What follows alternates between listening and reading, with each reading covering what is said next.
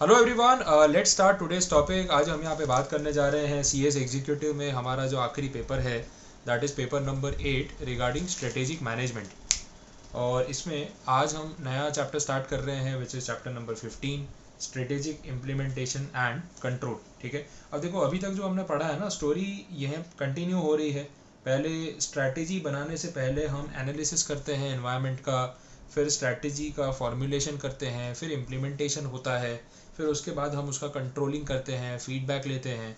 तो वो साइकिल जो है वो चलता रहता है कि आपने पहले रिसर्च किया, स्ट्रैटेजी बनाई, उसको इम्प्लीमेंट किया, इम्प्लीमेंट करने के बाद आप उसको मॉनिटर करते रहते हैं, इवैल्यूएट करते रहते हैं, एंड इफ़ नेसेसरी आप उसमें सूटेबल मॉडिफिकेशंस करते हैं। तो वो स्टोरी चलती रहती है। यहाँ पे उसी चीज़ को हम कंटिन्यू कर रहे हैं। पिछले चैप्टर में एनालिसिस, प्लानिंग, फॉर्मुलेशन की बात हुई, प्लानिंग की बात हुई। यहाँ पे अब हम फॉर्मुलेशन, इम्प्लीमेंटेशन, उसी स्टोरी को कंटिन्यू करते जा रहे हैं। तो लेट अस सी क्या बोला हुआ है। कंपैरिजन बता रहे हैं कि स्ट्रैटेजी के फॉर्मुलेशन में और इम्प्लीमेंटेशन में क्या फ़र्क है। ऑब्वियसली फॉर्मुलेट कर रहे हैं तो अभी सब चीज़ें ऑन पेपर हैं। इम्प्लीमेंटेशन मतलब जो आपने सोचा है, जो प्लान किया है, अब आप उसको प्रैक्टिकली जो है इम्प्लीमेंट करना स्टार्ट कर रहे हैं। So that is a basic change. तो ऑब्वियसली दोनों चीज़ों में फ़र्क तो है। अब यहाँ पे बोल रहा है strategy formulation, it is largely an intellectual process, वहाँ पे आपको दिमाग लगाना है। इम्प्लीमेंटेशन जो है वो ऑपरेशनल है, वहाँ आपको फिजिकली हार्डवर्क करना है, मेहनत करनी है।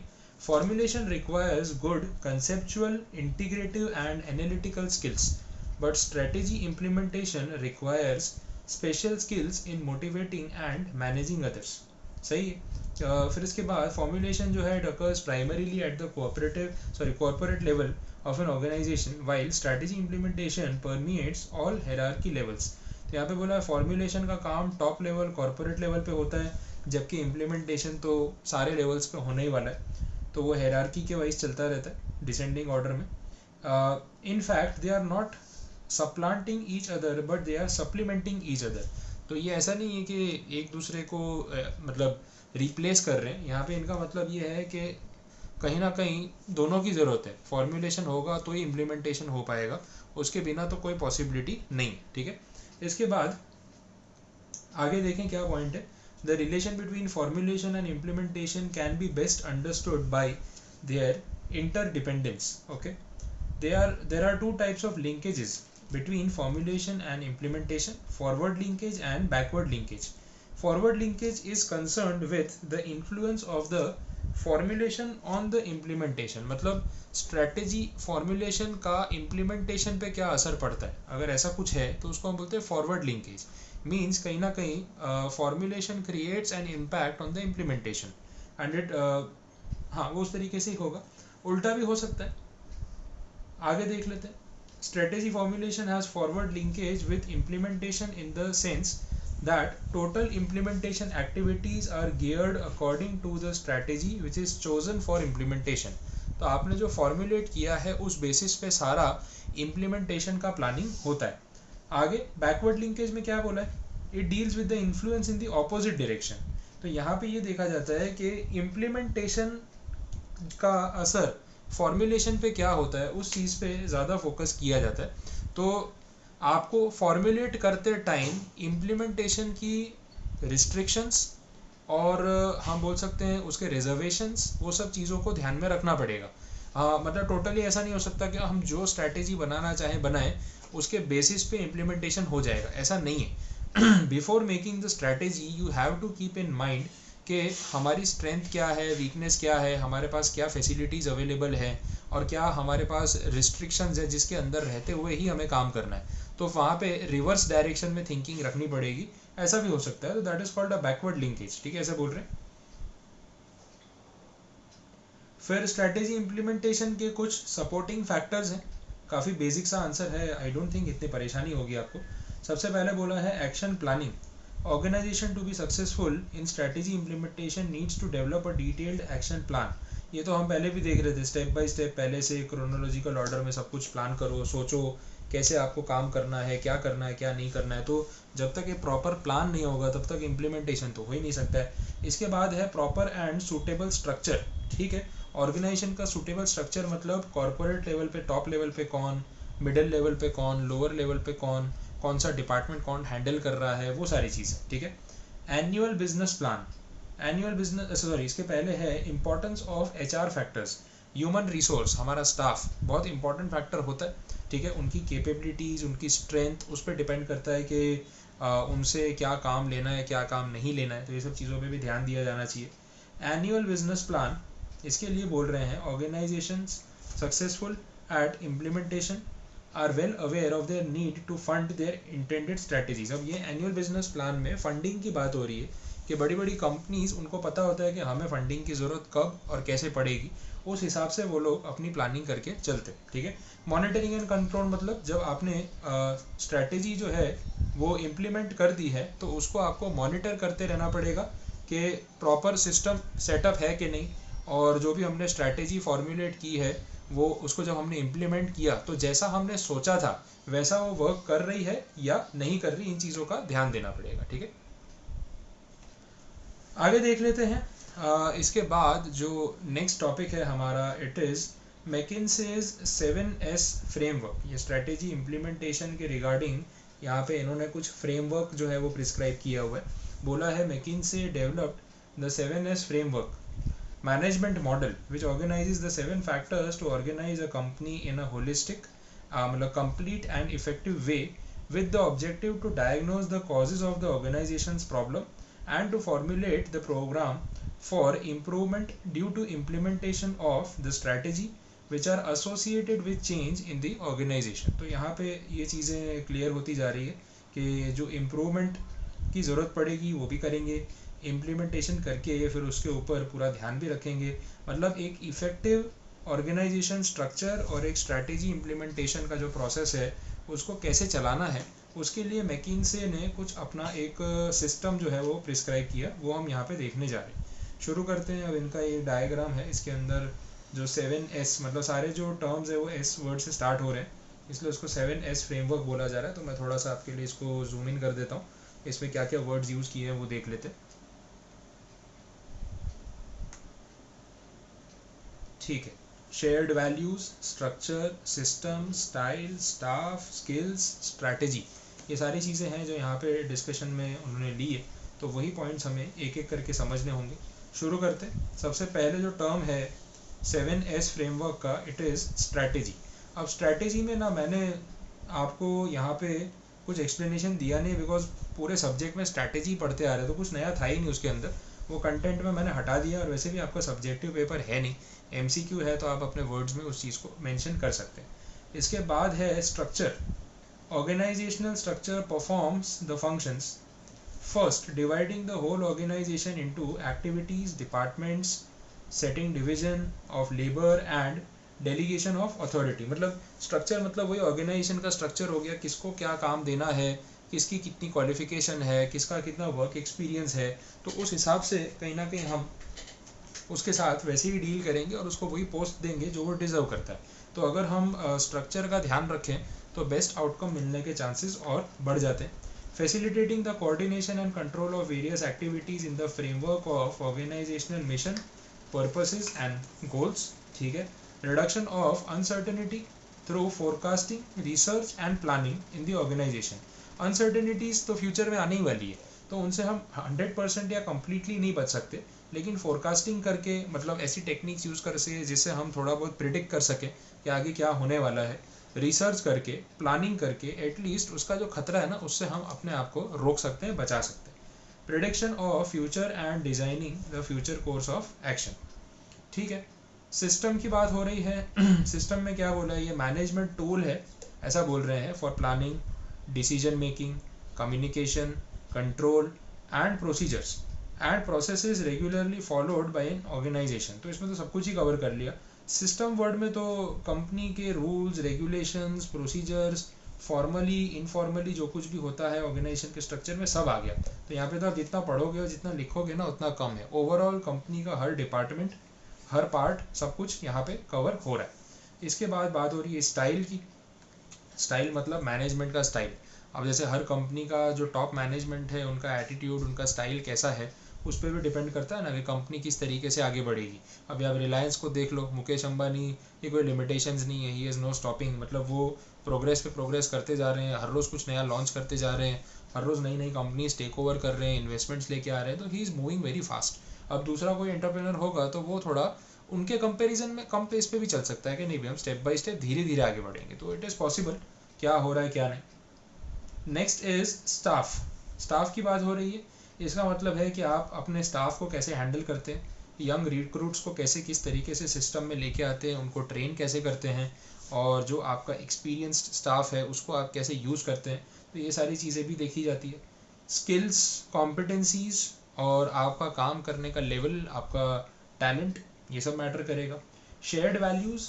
शेयर्ड वैल्यूज़ का मतलब क्या है कि जितने भी लोग कंपनी में काम कर रहे हैं उनकी सोच, उनकी वैल्यूज़, उनकी स्ट्रैटेजी कहीं ना कहीं बोलते हैं एंड गोल एक ही होना चाहिए। जैसे क्रिकेट टीम में बोलते हैं कि भाई हम सब अलग अलग टाइप के प्लेयर हैं, कोई बॉलर है, कोई बैट्समैन है, कोई कीपर है, बट अल्टीमेटली सबका टारगेट एक ही है कि हमारी टीम मैच जीते। मैं अच्छे से खेलूँ या ना खेलूँ, मैं जल्दी आउट हो जाऊँ, मैं रन आउट हो जाऊँ, मैं हिटिंग करने में आउट हो जाऊँ, मेरी सेंचुरी ना बने, बट अल्टीमेट गोल क्या है हमारा कि हमें सही तरीके से खेलना है, अच्छे तरीके से खेलना है और मैच को जीत के लेके आना है। तो जब वो इंटेंशन सबका हो तो उसको हम बोल सकते हैं these are the common and shared values towards a common goal. ठीक है, आई होप यहाँ तक तो आपको समझ आया होगा।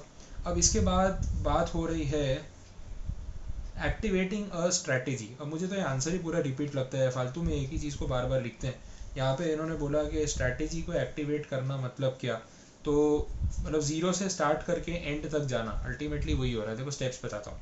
इंस्टीट्यूशनलाइजेशन ऑफ स्ट्रैटेजी, इसका मतलब ये है कि पहले आप स्ट्रैटेजी कम्युनिकेट करो अपनी टीम को, अपने स्टाफ को, मेंबर्स को, कि उनका क्या इसके ऊपर ओपिनियन है, और make them accept the strategy wilfully.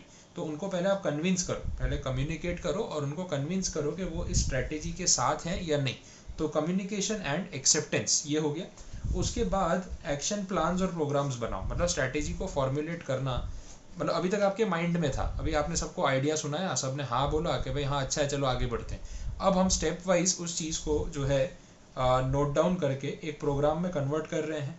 General objective जो अभी तक माइंड में था कि ये अचीव करना है, तो उसको स्पेसिफिक छोटे छोटे टारगेट्स में हम कन्वर्ट करके उसको हम जो है इम्प्लीमेंट करने की ट्राई करेंगे। तो ऐसे स्टेप्स हैं। अंदर जो लिखा है वो आपको रिलेट करने में टाइम नहीं लगेगा, आपको यहाँ पे सिर्फ मेरी तरफ से एक हिंट मिलना चाहिए and that is more than enough. तो मैं उसी पे फोकस पहले कर रहा हूँ, बाकी जो आपकी क्वेरीज आएंगी वो डाउट सॉल्विंग में तो अपने लेंगे, उसमें कोई प्रॉब्लम नहीं। Resource mobilisation and allocation.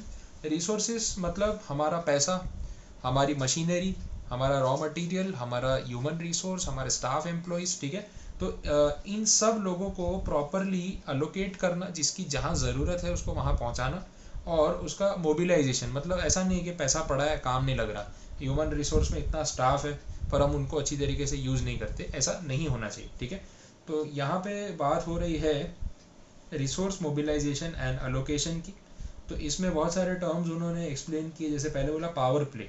In an organisation each and every department tries to have larger share of the resources at its disposal. तो ये तो होता ही है, हर डिपार्टमेंट कोशिश करता है कि जो कंपनी का बजट है उसका ज़्यादा हिस्सा मुझे मिल जाए तो हम थोड़ा सेफली काम कर सकें। तो ओवर सेफ होने के चक्कर में बाकी डिपार्टमेंट्स को शॉर्टेज हो जाएगी। तो फ्लेक्सिबिलिटी मेंटेन करनी चाहिए और हर डिपार्टमेंट को जितनी ज़रूरत है उतना उनको मिलना चाहिए, ये आपको पूरा ध्यान रखना है। Clear. Commitment of the past. कितनी बार ये भी होता है कि टॉप मैनेजमेंट ने क्या किया होता है, मिडिल लेवल मैनेजर्स को या डिपार्टमेंट्स को पिछली बार कमिट कर दिया होता है कि ये है आप ध्यान रखना, और आपको हम नेक्स्ट टाइम इतना बजट में कर देंगे, उतना स्टाफ दे देंगे, उतने टीम मेंबर दे देंगे। तो फिर बोल के फंसने वाला काम है। तो अननेसेसरी ऐसे कमिटमेंट्स के चक्कर में आप अपनी कंपनी का बिजनेस पीछे नहीं छोड़ सकते। ठीक है, इसके बाद है रेजिस्टेंस टू चेंज। ये तो होता ही है, एम्प्लॉयज़ नई चीज़ों को एक्सेप्ट करने में समय लगाते हैं, बट हमें उनको कहीं ना कहीं समझाना है और रियलाइज़ करवाना है कि change is the next thing and change is required for growth and development, और आप उसके बिना आगे नहीं बढ़ सकते। ठीक है, डन। ठीक है, अब इसके बाद आगे के टॉपिक्स में देख लेते हैं। Next part is structural implementation. ठीक है, तो ये नया टॉपिक है, देखते हैं इसके अंदर क्या बोला हुआ है। चलिए तो देख लेते हैं स्ट्रक्चरल इम्प्लीमेंटेशन में क्या बोला है। It involves the designing of organisation structure and interlinking the various departments and units of the organization which are created as a result of the structure. यहाँ पे ये बोला हुआ है कि स्ट्रक्चरल इम्प्लीमेंटेशन का मतलब ये है कि ऑर्गेनाइजेशन का आप एक स्ट्रक्चर डिसाइड करें, ऑर्गेनाइजेशन में जितने भी डिपार्टमेंट्स होंगे, जितने भी यूनिट्स होंगे, उनको आपस में लिंक करें ताकि आपकी कंपनी जो है वो प्रॉपरली वर्क कर सके और जो स्ट्रैटेजी आपने फॉर्मुलेट की है उसको अप्लाई करते टाइम आपको कोई परेशानी ना हो। ठीक है, आगे देखते हैं। It involves how the organisation will be divided and assigned among the various positions, groups, departments, divisions, etc., and the coordination necessary to accomplish the organizational objectives. There are two aspects of the organizational design: differentiation and integration. ठीक है, इसके बारे में आगे हम बात करेंगे जहाँ पे भी उनको एक्सप्लेन किया जाएगा। Organization's structure must be flexible and capable of quick adjustments. ये तो सही है ना। डिफरेंशिएशन का मतलब ये है कि जहाँ डिपार्टमेंट्स को सेग्रीगेट करना हो, एक दूसरे से अलग करना हो, वो भी पॉसिबल हो। और इंटीग्रेशन का मतलब ये है कि जहाँ पे 2 या 3 डिपार्टमेंट्स को साथ में आके काम करने की ज़रूरत पड़े तो वो भी पॉसिबल होना चाहिए। ऑर्गेनाइजेशन का जो स्ट्रक्चर है वो फ्लेक्सिबल हो और उसमें जब नेसेसरी हो चेंजेस करना पॉसिबल हो तो बहुत अच्छी बात है। इसके बाद structure of an organisation can influence its strategy formulation process. It is because organization's structural form, that is the line and staff matrix, market or product differentiation, can affect the internal communication, interpersonal relations and other perspectives. तो यहाँ पे ये बोला है कि जो organisation है उसका जो स्ट्रक्चर है उसमें काफ़ी सारी चीज़ें डिपेंड करती हैं एक दूसरे पे। आप किस तरीके का स्ट्रक्चर फॉर्म करते हो उस पर डिपेंड करेगा कि फिर इंटरनल कम्युनिकेशन प्रॉपरली हो पाता है या नहीं, अच्छे रिलेशंस मेंटेन रहते हैं या नहीं। तो बहुत ज़रूरी है कि आप बहुत ध्यान से सोच समझ के ऑर्गेनाइजेशन का स्ट्रक्चर डिसाइड करें। Companies with organisation system based on advanced information technology can use the latest information technology trends to support and hence influence the formulation. जितना आप टेक्नोलॉजी का यूज़ करके अपना काम ईजी बना सकते हो बनाओ, कोई मना नहीं कर रहा है, अच्छी बात है। इसके बाद फॉर्म्स ऑफ ऑर्गेनाइजेशन स्ट्रक्चर, पहले यहाँ पे इन्होंने 2 पार्ट में इसको डिवाइड किया है, functional structure and divisional structure. फिर आगे आपको एक मैट्रिक्स फॉर्म भी मिलेगा और एक फ्री फॉर्म भी मिलेगा, और भी फॉर्म्स हो सकते हैं। एक एक करके हम समझ लेते हैं कौन सा फॉर्म किस तरीके से काम कर रहा है। अब जैसे यहाँ पे फंक्शनल स्ट्रक्चर बोला है तो उसमें डिविजन जो हो रहा है, मतलब कैटेगराइजेशन जो हो रहा है वो किस बेसिस पे हो रहा है, on the basis of a function. अब जैसे यहाँ पे बोला है कि फाइनेंस एक फंक्शन है, प्रोडक्शन एक फंक्शन, फंक्शन मतलब एक एक्टिविटी, तो फाइनेंस एक फंक्शन है, प्रोडक्शन एक फंक्शन है, पर्सोनल एक फंक्शन है, ठीक है, मतलब एचआर को मैनेज करना, और मार्केटिंग मैनेजमेंट एक फंक्शन है। ठीक है, तो इसके रिगार्डिंग उन्होंने बोला कि फर्स्ट कैटेगराइजेशन जो हुआ है that is on the basis of a function, finance, production, HR, marketing. But company की अगर एक से ज़्यादा ब्रांचेज या एक से ज़्यादा प्लांट्स हैं तो फिर हर एक प्लांट पे आपको एक फाइनेंस डिपार्टमेंट, एक प्रोडक्शन डिपार्टमेंट, एक पर्सनल डिपार्टमेंट रखना पड़ेगा। तो वैसे ही इन्होंने फर्दर डिवीजन किया कि सपोज जैसे प्रोडक्शन डिपार्टमेंट की बात हो रही है तो एक प्रोडक्शन डिपार्टमेंट भी फर्दर डिवाइड होगा प्लांट 1, प्लांट 2, प्लांट 3 में। तो हर एक प्लांट का अपना प्रोडक्शन मैनेजर, तो प्लांट 1 का प्रोडक्शन मैनेजर अलग, प्लांट 2 का अलग, प्लांट 3 का अलग, इस तरीके से हम डिवीजन कर सकते हैं। बस तो अगर आप इस चीज़ को ध्यान में रख के इसकी लैंग्वेज को पढ़ेंगे तो आपको ये पॉइंट्स को समझने में कोई प्रॉब्लम आने वाली है नहीं। ठीक है, अब इन्होंने ये क्लियर किया है यहाँ पे कि फंक्शनल स्ट्रक्चर जो है वो फंक्शंस के स्पेशलाइजेशन पे डिपेंड करता है। This leads to the economy of scale, specialisation which increases the efficiency and organisations efficiency and operational efficiency, economic flexibility and greater motivation to the people having attached to their area of speciality. मतलब जो जिस काम में सबसे अच्छा है उसको उसी काम के लिए अपॉइंट किया जाए। ठीक है, इसके बाद बोला है the structure is suitable to firms operating single और रिलेटेड बिजनेसेस। तो ये सबके लिए सूटेबल है। कुछ लिमिटेशंस होती हैं जो यहाँ पे दे रखी है, वो लिमिटेशंस आपको एक बार पहले पढ़नी है, और जो क्वेरीज आपकी होंगी ना वो मैं आपको फिर लाइव सेशंस में जब अपने डाउट्स होंगे तब मैं डिस्कस करवाऊंगा। एक बार आपको इसको पढ़ के रखना है, क्लियर है। इसके बाद दूसरे पॉइंट में हम देख रहे हैं डिविजनल स्ट्रक्चर। अब डिविजनल स्ट्रक्चर में इन्होंने पहले बाइफर्केशन किया है on the basis of the division, मतलब जैसे भाई जैसे यहाँ बोला प्रोडक्शन 1, प्रोडक्शन 2, प्रोडक्शन 3, प्रोडक्शन 4, और फिर उसके अंदर फर्दर क्लासिफिकेशन किया है कि प्रोडक्शन या ब्रांच या प्लांट जो भी आप बोलो वो सपोज प्लांट नंबर 2 है तो उसके अंदर फिर डिपार्टमेंटलाइजेशन किया, फाइनेंस, मैन्युफैक्चरिंग, एचआर, मार्केटिंग। तो ये ना जो ओरिएंटेशन है वो दोनों में ऑपोजिट है। जब आप फंक्शनल डिवीजन कर रहे हो तो फंक्शंस के बेसिस पे स्टाफ को बांटा गया है, और जब आप यहाँ पे डिविजनल स्ट्रक्चर फॉलो कर रहे हो तो आपने प्लांट वाइज स्टाफ को बांटा हुआ है। तो वो ओरिएंटेशन का जो है थोड़ा बहुत फर्क पड़ जाता है। लैंग्वेज देख लेते हैं। The activities are grouped according to the types of products manufactured और different market territories as the organisation began to grow. अब जैसे प्रोडक्शन 1 या प्लांट 1 है तो उसमें कोई पर्टिकुलर टाइप के प्रोडक्ट बनते होंगे। प्लांट 2 है तो प्रोडक्ट के बेसिस पे प्लांट्स डिफरेंशिएट कर दिए, ये भी हो सकता है। या फिर लोकेशन के बेसिस पे प्लांट्स अलग अलग कर दिए, ये भी हो सकता है। और फिर उसके अंदर हर एक में डिपार्टमेंट्स तो आपको बनाने ही पड़ेंगे। तो ओरिएंटेशन जो है वो डिफर करता है बाकी दोनों स्ट्रक्चर में, और कोई फर्क तो है नहीं। ठीक है, क्लियर हुआ ये?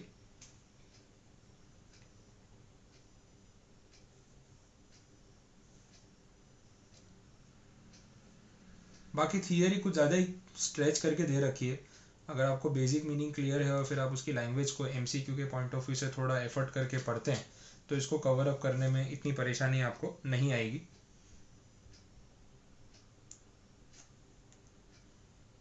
लास्ट थर्ड है इसके बाद मैट्रिक्स स्ट्रक्चर। अब ये दोनों चीज़ें पढ़ने के बाद अगर हम मैट्रिक्स स्ट्रक्चर पे जाएं और फ्री फॉर्म पे जाएं तो ज़्यादा बेटर है। तो एक बार आपको पहले ये मैट्रिक्स मतलब सॉरी जो फंक्शनल है और डिविजनल स्ट्रक्चर है वो पढ़ लेना चाहिए। फिर हम मैट्रिक्स स्ट्रक्चर देखेंगे तो आपको पता चलेगा कि यहाँ पे ये मैट्रिक्स जो है वो दोनों का कॉम्बिनेशन है। मतलब एक यहाँ पे कैसा होगा कि जो एम्प्लॉय है उसको रिपोर्टिंग जब करना होगा तो he is answerable to more than one person. वो एक डिपार्टमेंटल या डिविजनल मैनेजर को भी आंसरेबल होगा और एक जो फंक्शनल मैनेजर है उसको भी आंसरेबल होगा। तो दोनों को मिक्स करके उन्होंने मैट्रिक्स स्ट्रक्चर बनाया है। ठीक है, हमने देखा फंक्शनल स्ट्रक्चर में क्या था कि फंक्शन के बेसिस पे डिवीजन किया कि आपको मार्केटिंग का काम दिया है क्योंकि आप मार्केटिंग में अच्छे हो, तो प्लांट 1, प्लांट 2, प्लांट 3 सबका मार्केटिंग आप संभालो या आपके नीचे आप सबॉर्डिनेट्स रखो।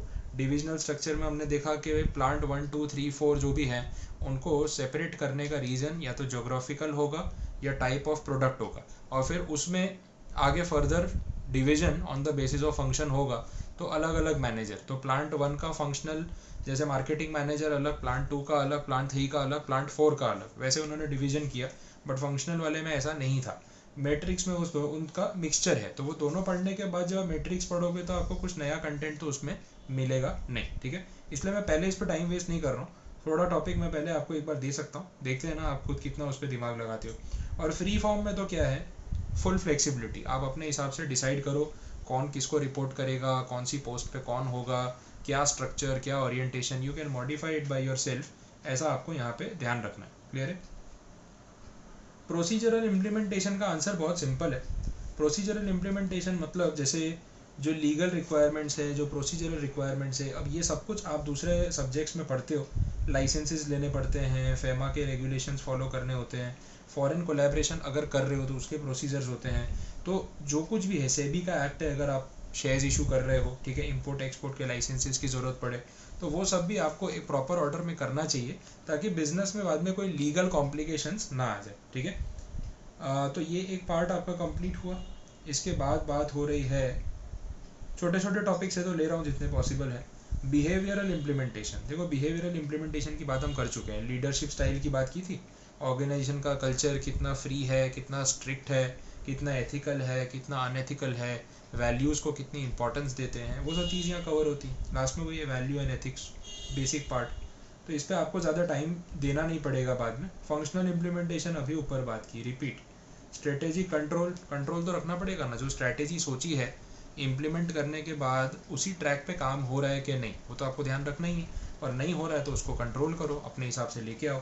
Role of strategic control, measurement of organisational progress, feedback for future actions, linking the performance and rewards. Okay, तो आप ऑर्गेनाइजेशन के प्रोग्रेस को मेजर करो, फीडबैक लो कि भाई फ्यूचर एक्शंस हमें कैसे करने चाहिए, कहाँ पे गलतियाँ हो रही है, क्या चेंजेस की रिक्वायरमेंट है। जो जैसा परफॉर्म करेगा उसको वैसा रिवॉर्ड मिलेगा। तो होता है ना, एम्प्लॉयज़ को रिवॉर्ड देते हैं कि भाई अच्छा काम करोगे, टारगेट अचीव करोगे तो आपको रिवॉर्ड देंगे। वो रिवॉर्ड फाइनेंशियल भी हो सकता है और अप्रिसिएशन, सर्टिफिकेट्स, ट्रॉफीज़, वो सब के फॉर्म में भी हो सकता है। तो ये सारी चीज़ें हमें करनी चाहिए ऑर्गेनाइजेशन में, जिससे हमारी जो स्ट्रेटेजिक सोच है, जो हमने जो फॉर्मुलेट किया है, और जब हम उसको इम्प्लीमेंट करें तो हमें उसके रिजल्ट्स मिल सके. It is very much necessary, ये ध्यान रखना. Role of the organisational system in strategic control. अच्छा, अब इसमें वापस से वही आ गया, ऑर्गेनाइजेशनल सिस्टम. एक सिस्टम का क्या रोल रहेगा अगर आपको स्ट्रेटेजिक कंट्रोल मेंटेन करना है, तो एक प्रॉपर सिस्टम होना ज़रूरी है. उसमें इंफॉर्मेशन सिस्टम का हम यूज़ कर सकते हैं. इंफॉर्मेशन सिस्टम का मतलब ये है कि मैनेजर डेटा कलेक्ट करे और उसमें से एक यूज़फुल इंफॉर्मेशन रिसोर्स क्रिएट करे, और फिर जो डेटा उनको मिलता है उसके बेसिस पे अपनी स्ट्रैटेजी के ऊपर काम करे.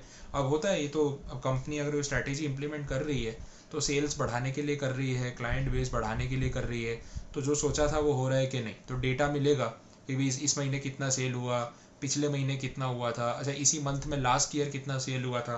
तो ये सब कंपैरिजन करने के बाद ही वो आगे कोई कंक्लूजन पे आ पाएंगे. तो that is the information system on the basis of which you can plan out for your future. Planning system, planning की बात भी तो हो ही गई, वापस ही आ रहा है. डेवलपमेंट सिस्टम, ठीक है, प्लानिंग रिपीट है. डेवलपमेंट सिस्टम में उन्होंने बोला है कि आपके स्टाफ को ट्रेन करना, पर्सोनल को ट्रेन करना, ताकि वो और अच्छा परफॉर्म कर सके. ठीक है, तो ये भी नेसेसरी है. इसके बाद अप्रेजल सिस्टम. अप्रेजल का मतलब ये है कि जो अच्छा काम कर रहा है उसको प्रमोट करो, उसको उसका फ़ायदा दो, और अगर उसने कुछ अच्छा टारगेट अचीव किया है तो उसको उसका रिवॉर्ड मिलना चाहिए. तो that is the appraisal system. तो जैसे जैसे आप पता है एक कंपनी में भी होता है ना कि आप मेहनत करते जाते हो तो आपका प्रमोशन होता जाता है. तो एक छोटी पोस्ट से शुरू करके भी आप एक बड़ी पोस्ट पे आगे बढ़ सकते हो. ठीक है. मोटिवेशन सिस्टम, ये होता रहता है, ब्रेनस्टॉर्मिंग सेशंस, वर्कशॉप्स, ये वो, बार बार एम्प्लॉयज़ को मोटिवेट करते रहना कि भाई आपको हार नहीं माननी है, आपको और अच्छा परफॉर्म करना है, क्योंकि ह्यूमन नेचर है, इंसान काम करते करते थोड़े टाइम में बोर हो जाता है, तो उसको थोड़ा मोटिवेशन चाहिए होता है. It is necessary. इसके बाद है कंट्रोल प्रोसेस. इसमें मेरा कोई काम नहीं है, आप उसके हेड पॉइंट्स पढ़ के देख लो. पहले स्टैंडर्ड सेटअप करो, फिर एक्चुअल परफॉर्मेंस होने दो, फिर एक्चुअल और स्टैंडर्ड को कंपेयर करो, कहाँ गैप क्रिएट हो रहा है, वेरिएंस क्रिएट हो रहा है, उसका एनालिसिस करो, और क्या करेक्शंस करने हैं उस पर काम करो. कितनी बार हम ये चीज़ पढ़ चुके हैं, ये आपको पता है. तो यहाँ तक एक पार्ट कंप्लीट. अब स्ट्रेटेजिक कंट्रोल टेक्निक्स में देखें. आई गेस इसको अपने नेक्स्ट टाइम रख सकते हैं, अगले लेक्चर में इसको कवर अप करके कंप्लीट करेंगे तो चलेगा. तो एक और लेक्चर लगेगा और फिर इसके साथ हमारा ये जो पूरा चैप्टर है वो कंप्लीट हो जाएगा. तो बस आज इतना रखते हैं. अगले लेक्चर में जो टॉपिक्स हैं उसको कंप्लीट करेंगे, और उसमें भी आपको काफ़ी सारी चीज़ें रिपीट मिलेंगी, बट इट इज़ ओके. एक बार पहले आप इतना पढ़ लो, काफ़ी सारा हो चुका है, और इसके बाद जो भी आगे के आपके टॉपिक्स हैं वो बाद में पढ़ोगे तो थोड़ा धीरे धीरे करके आप कवर अप कर पाओगे. ठीक है, कोई क्वेरी है तो आप उसको नोट डाउन करके रखो और डाउट सॉल्विंग सेशंस में उसको क्लियर करवाओ. ठीक है, so all the best and thank you so much.